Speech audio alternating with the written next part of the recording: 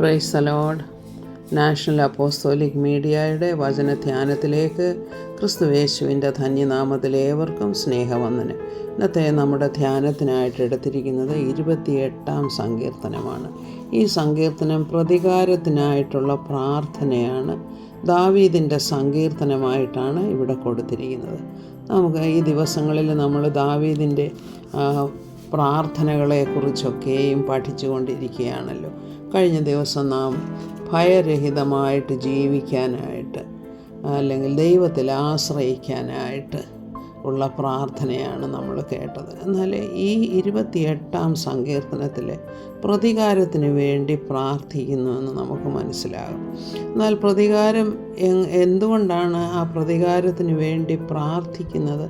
കാരണം പ്രതിയോഗികൾ അല്ലെങ്കിൽ ശത്രുക്കൾ തനിക്കെതിരായി അപവാദം പറയുകയും തന്നെക്കുറിച്ച് വളരെയധികം മറ്റുള്ളവർക്ക് വെറുപ്പ് തോന്നത്തക്കവണ്ണം, തന്നോട് ഇഷ്ടം തോന്നാതിരിക്കത്തക്കവണ്ണമുള്ള കാര്യങ്ങളൊക്കെയും പറഞ്ഞ് പരത്തി അതൊക്കെയും ദാവീദിന് വളരെയധികം വേദനയുളവാക്കിയെന്ന് നമ്മൾ മനസ്സിലാക്കുന്നു. അപ്പോൾ ഇവിടെ പ്രത്യേകമായിട്ട് ഇവിടെ പറയുന്നത് അവരെ കൂട്ടുകാരോട് സമാധാനം സംസാരിക്കുന്നു എങ്കിലും അവരുടെ ഹൃദയത്തിൽ ദുഷ്ടതയുണ്ട്.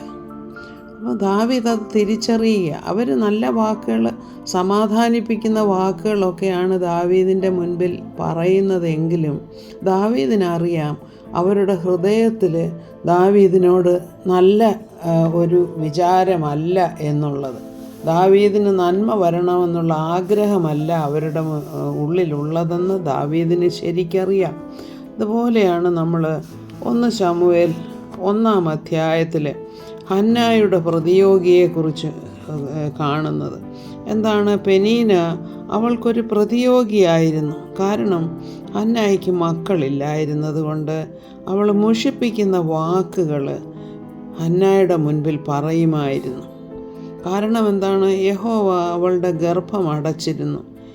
ഹന്നയുടെ ഗർഭം യഹോവ അടച്ചിരുന്നതിനാൽ പ്രതിയോഗി അവളെ വളരെയധികം വ്യസനിപ്പിക്കുവാൻ തക്കവണ്ണം മുഷിപ്പിക്കുന്ന വാക്കുകൾ പറയുമായിരുന്നു. അതുപോലെ തന്നെ അവരൊന്നിച്ച് യഹോവയുടെ സന്നിധിയിലൊക്കെ പോകും.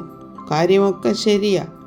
എങ്കിലും ആ സമയത്തും പെനീന വിചാരിക്കുന്നത്, എന്നെയാണ് ദൈവം അനുഗ്രഹിച്ചിരിക്കുന്നത്, ഇവൾ എൻ്റെ കൂടെ ആലയത്തിലൊക്കെ വരുന്നുണ്ട്, എങ്കിലും ദൈവത്തിൻ്റെ കൃപ അവളുടെ മേലില്ല, എൻ്റെ മേലാണ് ദൈവത്തിൻ്റെ കൃപയുള്ളത് എന്നുള്ള ഒരു വിചാരത്തിൽ വേണ്ടാത്ത കുത്തുവാക്കുകളൊക്കെ ഹന്നായോട് പറയുമായിരുന്നു. അപ്പോൾ ഇതാണ് ഹന്നായെ ഏറ്റവും അധികം വേദനിപ്പിച്ചത്.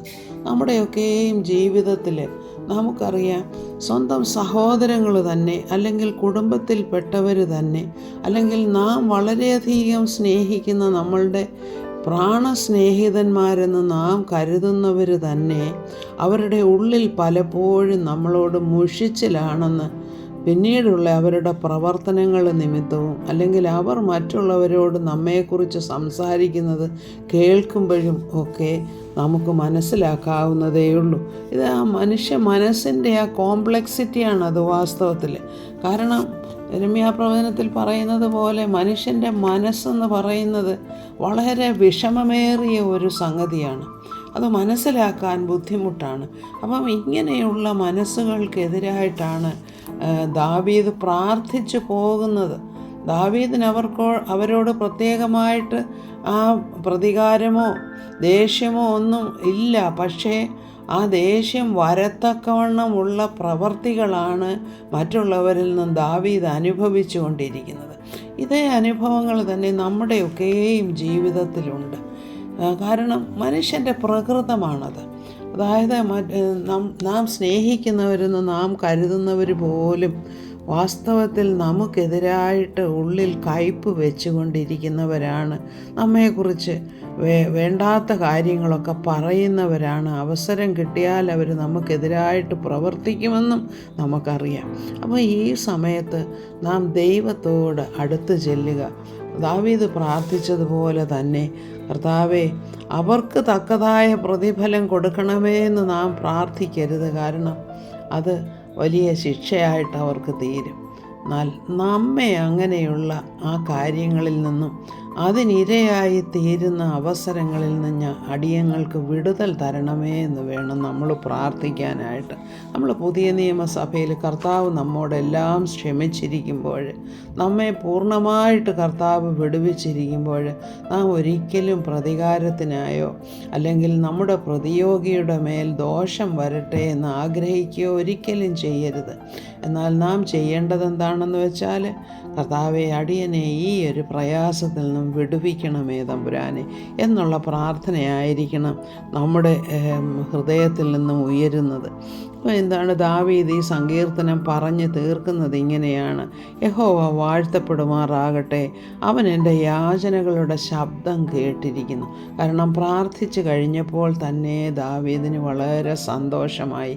കാരണം ദാവീദിൻ്റെ ബലവും പരിചയവും എല്ലാം യഹോവയാണെന്ന് ദാവീദിന് നിശ്ചയമുണ്ടായിരുന്നു. അതുകൊണ്ടാണ് പറയുന്നത്, എൻ്റെ ഹൃദയം അവങ്കൽ ആശ്രയിച്ചു, എനിക്ക് സഹായവും ലഭിച്ചു. അതുകൊണ്ട് എൻ്റെ ഹൃദയം ഉല്ലസിക്കുന്നു, പാട്ടോടെ ഞാൻ അവനെ സ്തുതിക്കുന്നു. ഇതായിരിക്കട്ടെ നമ്മുടെയും പ്രാർത്ഥനകൾ. ആർക്ക് വേണ്ടിയും നമ്മൾ എതിരായിട്ടുള്ളതൊന്നും പ്രാർത്ഥിക്കേണ്ട. നമുക്ക് നന്മ വരാനായിട്ട് നമ്മെ തന്നെ കർത്താവിൻ്റെ മുൻപാകെ സമർപ്പിക്കുക മാത്രം ചെയ്യുക.